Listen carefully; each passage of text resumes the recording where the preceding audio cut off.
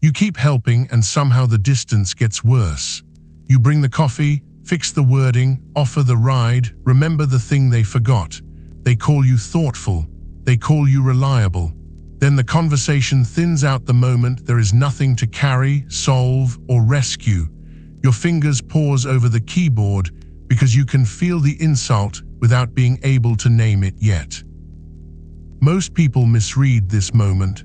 They think a little more usefulness will finally turn into reciprocity.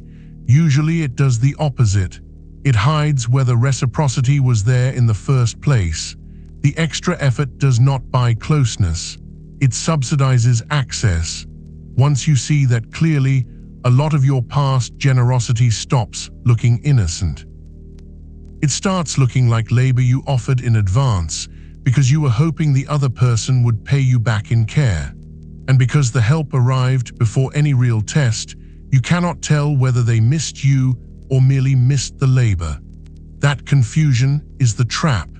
It lets one-sided bonds feel emotionally deep while they are still running on your unpaid maintenance. That is why one-sided relationships can feel so confusing. The evidence is contaminated. You are doing so much for the bond that you can no longer tell what the bond would do without you. You are not reading mutuality. You are reading your own contribution reflected back at you. A favor is not automatically a problem. Love helps. Friendship helps. Strong teams help.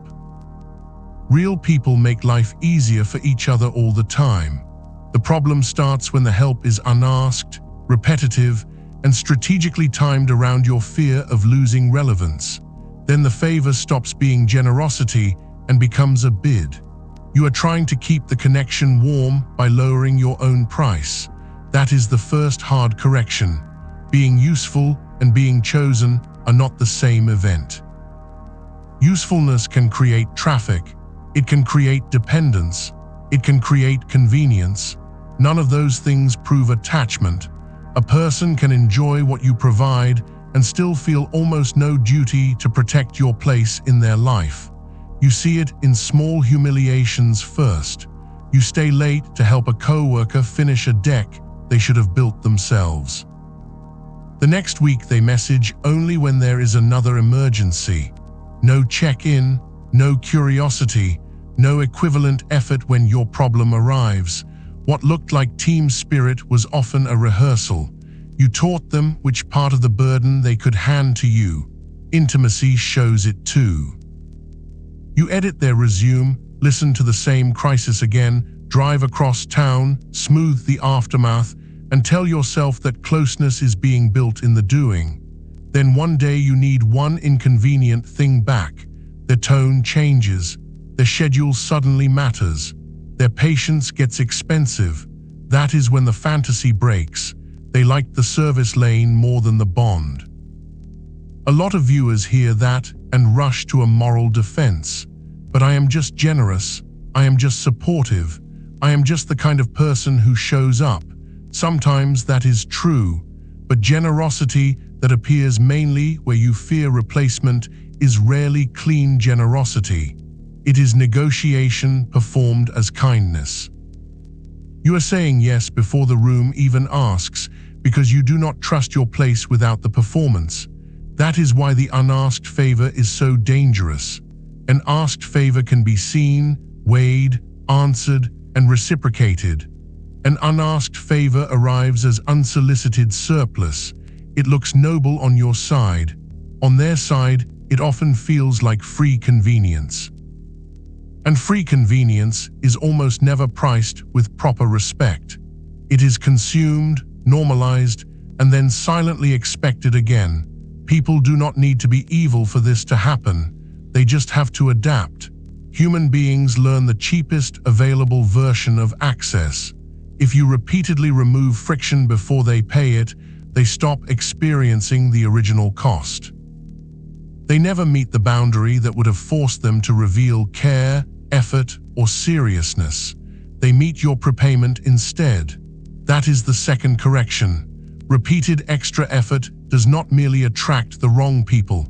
It also blinds you to the right reading of ordinary people. Because once you flood the relationship With unpaid labor, you lose the clean baseline. You cannot tell whether someone is warm, selfish, distracted, opportunistic, or simply lazy. Your overfunctioning covers the data. This is why one-sided intimacy survives for so long.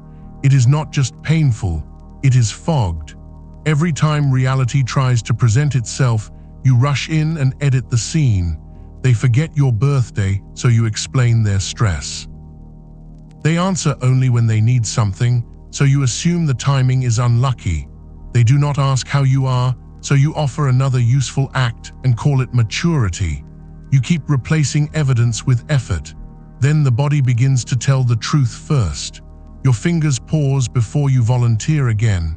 Your chest tightens when their name appears because you already know the shape of the request. You feel relief when they cancel and guilt right after the relief. That sequence matters.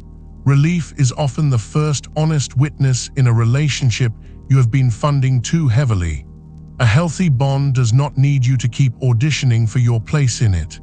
You can contribute, disappear for a day, return tired, and still feel chosen. The connection survives because there is structure on both sides. Curiosity moves both ways. Repair moves both ways. Consideration costs both people something. You are not the only one preventing the whole thing from dropping to the floor.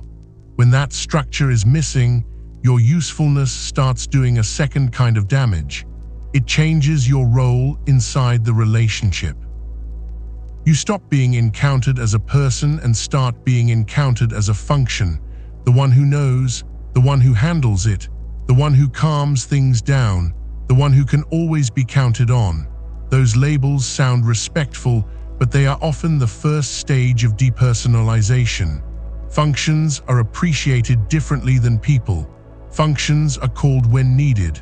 That is the conversion cost.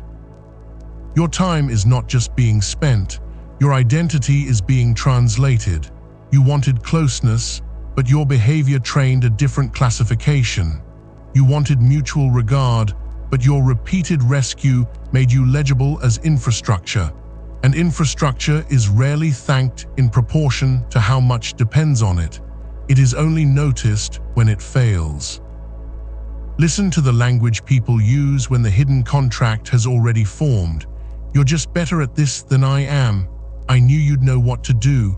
I didn't want to bother anyone else. You always come through. Those lines feel flattering because they smell like trust. Often they are admissions of routing. You have become the shortest path between them and less discomfort. The social cost gets worse once this role stabilizes. Other people start reading you through the same economy. In a friend group, the planner gets taken for granted. In a family, the responsible sibling becomes the automatic backup system. At work, the competent person becomes the overflow container for weak management. Once your pattern is visible, the room reorganizes around it. Your goodness becomes logistics. That is why the loss is larger than hurt feelings. You are not only overgiving, you are teaching a system how to use you. Each unpriced favor lowers the resistance around your labor. Each time you solve the problem before it fully reaches the other person, you make it easier for them to remain unchanged. You absorb the cost that should have educated them. A lot of people think this is what maturity looks like. Take the high road, do not keep score, be the bigger person. That advice sounds noble until it keeps landing on the same body. In repeated asymmetry, refusing to score does not make you evolved. It makes you illegible to yourself. Price is not always pettiness. Sometimes it is the only thing that keeps reality visible. That is the third correction.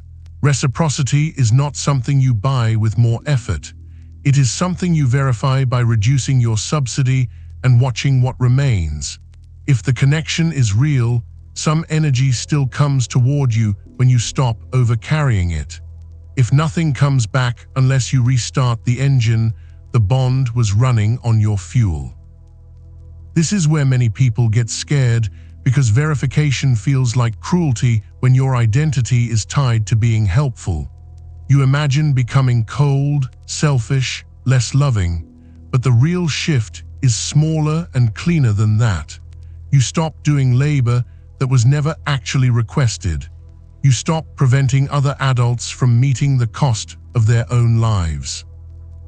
You stop using rescue as evidence collection. There is a difference between helping and advancing credit into a relationship that has not earned it. Clean help has shape. Someone asks. A context exists. Your yes is voluntary, visible, and not secretly tied to whether they will finally value you. Dirty help is vague, anticipatory, and emotionally leveraged. You jump in before silence can tell you anything. You call that care because waiting would expose too much. Notice what happens when you do not fill the gap immediately. A text sits unanswered for a while. A task remains theirs. A plan they normally let you organize stays unorganized. That pause is not passive aggression, it is measurement. It lets the other person reveal whether they can initiate, carry, remember, repair, and reach without your constant invisible labor underneath them. This is the part nobody likes because it kills the romance around overfunctioning. If you stop volunteering and the relationship weakens, that does not mean your restraint damaged something precious. It usually means your labor had been disguising something hollow. The pause did not destroy the bond. The pause exposed how little of it existed without your maintenance budget. You will feel grief there, and the grief is rational. You are not only losing a person, you are losing the story that your goodness was quietly teaching them how to love you better. That is why one-sided dynamics can be addictive. They let you keep investing in a future payout, a little more patience, a little more understanding, a little more support, but many relationships do not ripen under excess service. They settle into it. The strongest shift you can make is not dramatic confrontation. It is pricing access with behavior, smaller yeses, slower yeses. Help after request instead of before it. Letting forgotten tasks stay forgotten long enough to reveal whose problem they were. Asking directly for something modest and concrete, then watching whether the answer arrives clean or evasive. These are not games, they are diagnostics. At work, that might mean not fixing the sloppy draft before the owner has even looked at it. You can still collaborate. You can still be strong, but you stop volunteering premium labor just to preserve the fantasy that the team is reciprocal. In friendship, it may mean not being the first person to restart contact every time the thread dies. In intimacy, it may mean refusing to prove your devotion by endless emotional janitorial work. A clean relationship can tolerate that loss of surplus. It might even improve under it because the false arrangement is no longer blocking honest negotiation. The other person now has a chance to choose, not just to receive. They can step forward, ask properly, reciprocate, or reveal that they mainly liked you most when you were easy to extract from. That last part matters. Some people do not miss you when you stop overgiving. They miss the frictionless version of life they had around you. Those are not the same loss. If their tenderness drops the moment your labor becomes expensive, you are not watching love fail. You are watching convenience lose its subsidy. This is where many people waste another year. They keep trying to explain the imbalance better, sweeter, more carefully, hoping language will produce the reciprocity that evidence already refused to show. Explanation has its place, but explanation cannot create appetite.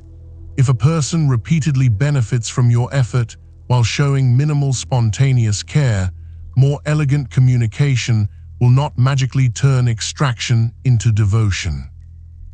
You do not need to become suspicious of every generous act you perform. You need a better internal question, not, "How can I be useful enough to matter here?" Ask instead, "What does this relationship do when I stop paying in advance?" That question restores sight. It returns you to verification instead of fantasy. It lets you separate care from access, affection from convenience, gratitude from dependence. Family systems make this pattern even harder to see because duty gives the extraction moral cover. The reliable child becomes the adult sibling who books the appointments, keeps the peace, remembers the medication, answers the late call, and translates every crisis into logistics. Nobody says, "Your role here is to carry what the rest of us avoid." They say, "You're the only one who can handle it." Again, the line sounds like respect. Again, it often means routing. The family does not merely appreciate your steadiness. It organizes around the assumption that your steadiness is available. Then something small happens that tells the truth. You miss one call because you were asleep.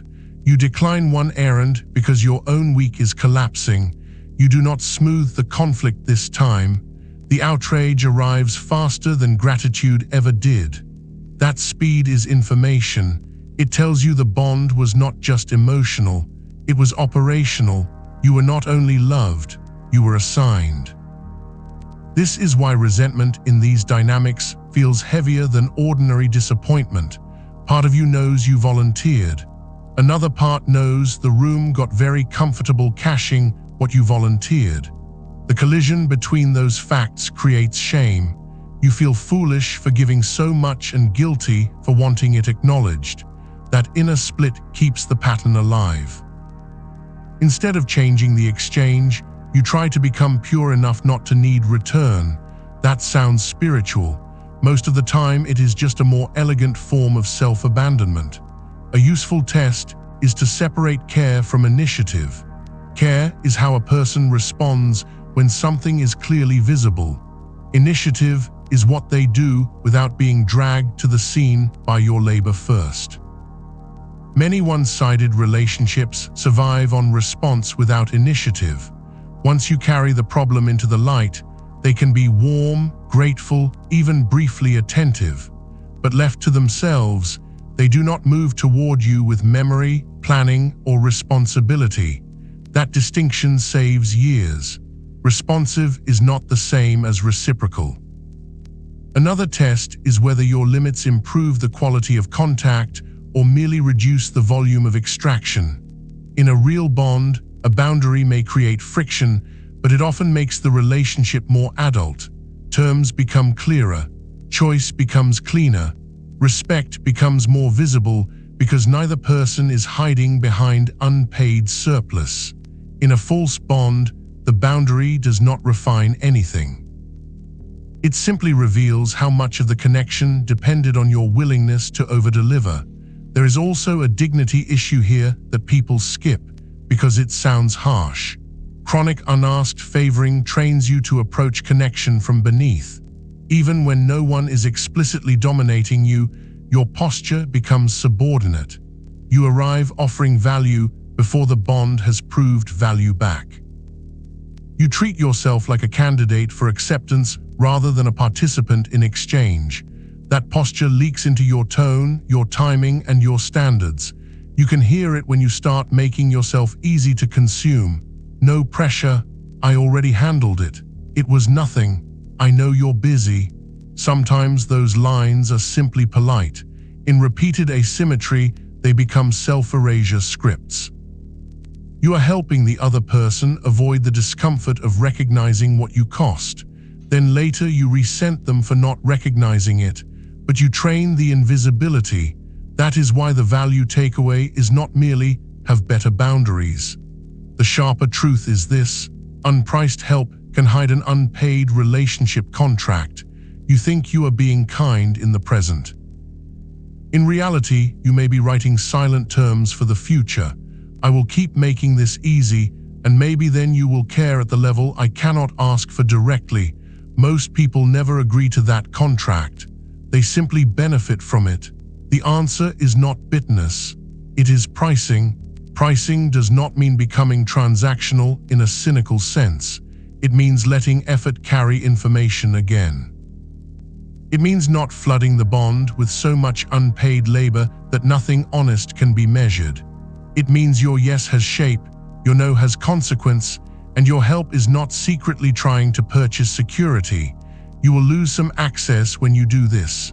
People who loved your usefulness more than your presence will drift, complain, moralize, or go cold. Let them. That loss is not proof that you became worse. It is proof that the old arrangement required your underpricing to survive. The relationship was expensive. You were simply the one covering the invoice. And the right people do something very different. They notice the changed terms and step into them. They ask more clearly. They thank more cleanly. They reciprocate without theatrics. They stop assuming. They reveal whether there is actual regard under the previous convenience. Real mutuality does not need endless subsidizing. It can survive contact with price.